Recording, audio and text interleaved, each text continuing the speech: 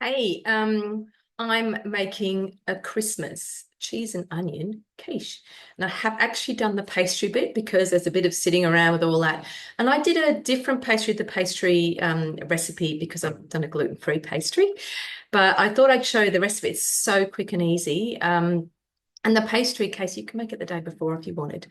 The recipe that I actually use for the pastry is from Thermogroovers. It's a gluten-free bulletproof pastry. Say that in a hurry.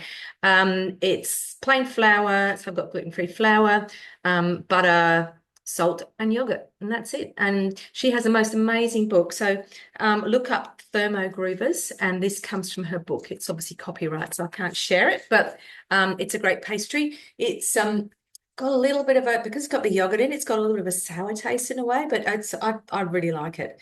And the flour that I use is from Yoki Madui. She is wild sourdough. Wild sourdough. I think that's it. I'll put a little note when I put this up there just to check. And I bought a big bag of her gluten-free flour. So I really like her flour. It's got nutrition in it. The other thing I did think about was doing like a vegetable base, but I actually forgot about that this morning when I was making this. So I made the pastry really quick and easy this morning. I'm just about to make the filling, and I had a little bit of pastry left over, so I'm just making a couple of mince tarts because my mother-in-law, who's 98, is coming here this afternoon, and she and my husband are going to make Christmas cake. So I thought I've had just enough for a couple of mince pies for them. I'm out doing a demo. All right, so let's go back to the beginning of this. Sorry, let's go recipe detail. So you can see it's the Christmas cheese and onion quiche, and I'm making it because one of my lovely customers, Teresa, posted it in my group and said she'd made it and it was awesome. So I'll just show you the first bit. So they've got a short crust pastry here. All pastry ingredients in the mixing bowl and knead for 30 seconds. That is it. All right. And then you just put it into a tin, you refrigerate for 30 minutes, then you bake blind. I've actually got this, I don't know if you can still get them in the mix shop. There's a thing you put on the bottom. See, it's lots of little blades. I don't know if that's still available, but I put that in there. All right, so I am going to here. I am going to do the cheese and onion filling. This is my case. It's not perfect, but you know what? It's good enough for me. It's in the loose bottomed quiche pan from the mix shop. I'm going to just keep going with this, get it done, and I'll just have to check on mince pies in a minute. Okay, so I'm putting in 200 grams of onion, 25 grams of olive oil,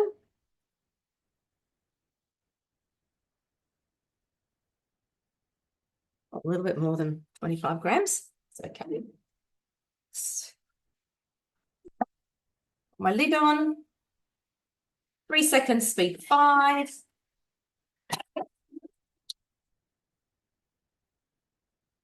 Just checking on my mince pies. They're going to have to come out in a second.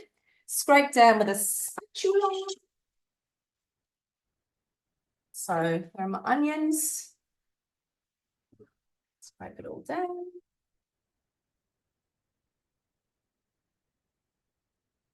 And simmering basket on top. And what's going to happen is the onions are going to cook for 5 minutes, 100 degrees, speed 1. I am literally going to pull my mince pies out, which I'll show you. Again, they're a bit rustic looking.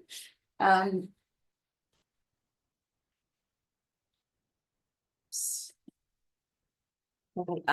can't see that. There they are. So just a couple of mince pies. Fruit mince was from the recipe on Cookie Doo, which is awesome. And I actually made that lot. I made some more this year. I don't know why I did, because I found a great big jar of it left over from last year. So, and that's still absolutely fine, which is awesome. Whilst this is cooking, I thought I'd just share with you a few Christmas recipes. So, in my recipes, I have I've got a couple of Christmas recipe collections in here. Where are we? Let's see. Christmas breads. Okay, so this is a good one to have a look at. The Christmas tree pull apart is really cool. You just make a whole lot of it's just a bread dough. You make a whole lot of little circles, and then you fill them with cheese, and then you bake that. And awesome, it's a pull apart. Everybody gets a bit of cheese in the middle of their bread, which is great if you like cheese. The hazelnut chocolate brioche looks complicated. It's actually super easy to make. You just layer the Nutella and the dough. Then you cut down towards the center, leaving a bit here. And you twist those little things and push them together at the end. So that's a very rough translation of that one, but that is really good. I made that for Christmas morning. I'm not sure I did it last year. I definitely did the year before. The festive camembert wreath, another sort of pull apart thing. Similar idea to the hazelnut chocolate brioche, because you've got that bit in the middle and you twist these bits. But you've got a camembert, a small camembert in the middle. Pesto star bread, they're all really based on a similar folding pattern, which is cool. And then this is even simpler. It's literally, you just shape your dough into that sort of shape, the Christmas tree shape. You put pesto in the middle, you put another bit of bread on top, bread dough on top, and you cut in like that. Remember, if you're using a silicone mat to cut on, you must not use anything sharp. You could just use, there's a little green scraper thing, or your spatula should be able to cut through that. And then you just twist, and it's so impressive. It just looks so good. So that's Christmas breads. Christmas gifts, we might skip at the moment. Christmas veggies and salads. So there's some awesome things in here. I did send some of them out in my newsletter. But we've got potato bake. Fantastic if you've got the Thermomix cutter. That'll just make it super, super easy. Okay. Then roast potatoes with rosemary garlic. They're on my list for my cookie dough for Christmas Day. Of course, I can parboil those a day or so before. So that's really cool. Potato salad's really good. The soba noodle salad, they're all really good. Steamed greens with lemon feta. I made this not that long ago, and I really like it. I just found the feta, it's just maybe a little bit too salty for me. Asparagus and broad bean salad, that's a really delicious one. Spiced roasted cauliflower with minted yogurt. As you can see, there's a whole heap of really good ones here. Brussels sprouts. These are a huge hit, all right, in our house for Christmas Day. Honey parmesan parsnips. You pre-steam the parsnips, then you coat them with honey, and they're in this parmesan sort of crust. They are really, really good. That's a really nice salad. I'm thinking about doing these on Christmas Day because they can just go roasting in the oven. I've just got to make the drizzle.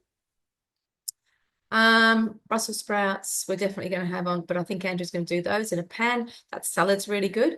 So let me just show you my week and bring you down to, yeah, so there we are. I've got these things to prep the day before, and I don't think I'm going to do that one, but I've got it there just in case.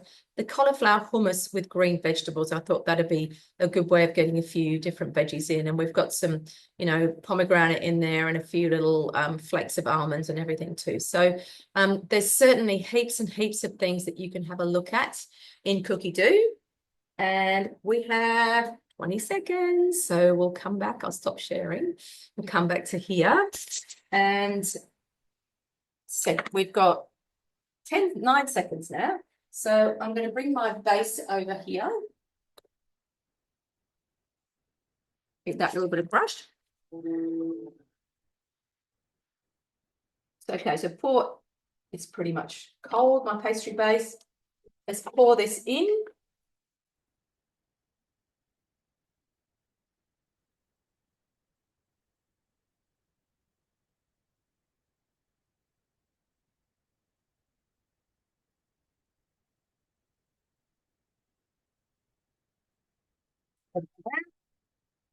And it said, with the cheese, because I thought I was going to be grating cheese. And I'm going, why are we cooking before we grate? It's just good to get the grating out of the way and put in something else. Anyway, but it's not. It's actually chunks of cheese. And I've probably gone a bit small, but it says 200 grams of mixed cheese pieces, 2 to 3 centimeters. Well, the only different cheeses I've got some Parmesan in here, and I've got some just some cheddar. We do have some absolutely delicious red Leicester in the fridge, but honestly, I'm sorry, I think that's a little bit of a waste in here. Well, it's not a waste in here. It probably would be good, but we haven't got much left and we do love it. So, all right, let's keep going with this.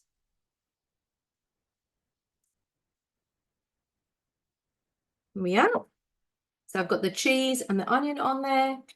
Next, I'm going to put in 150 grams. This is actually cooking cream.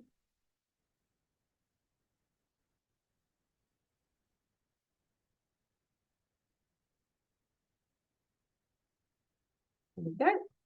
Very good. 4 eggs. So they've just broken them in there. Some salt. Pinch of salt. Some pepper.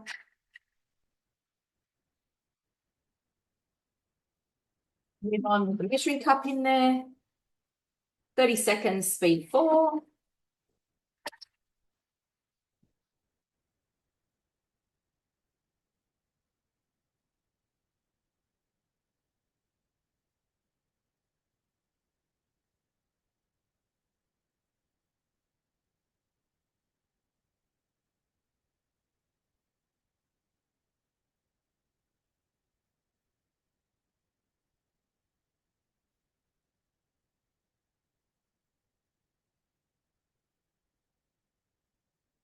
Pour over the onions and the cheese in the pastry case.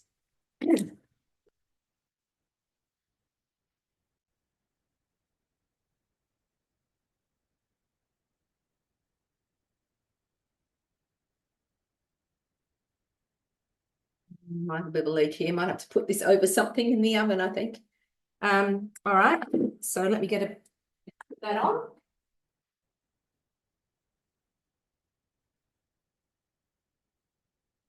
I'm gonna slide that back on my glider board.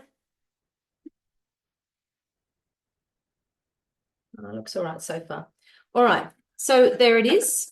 And 20 to 25 minutes at 180 until set and golden brown. And that's our lunch.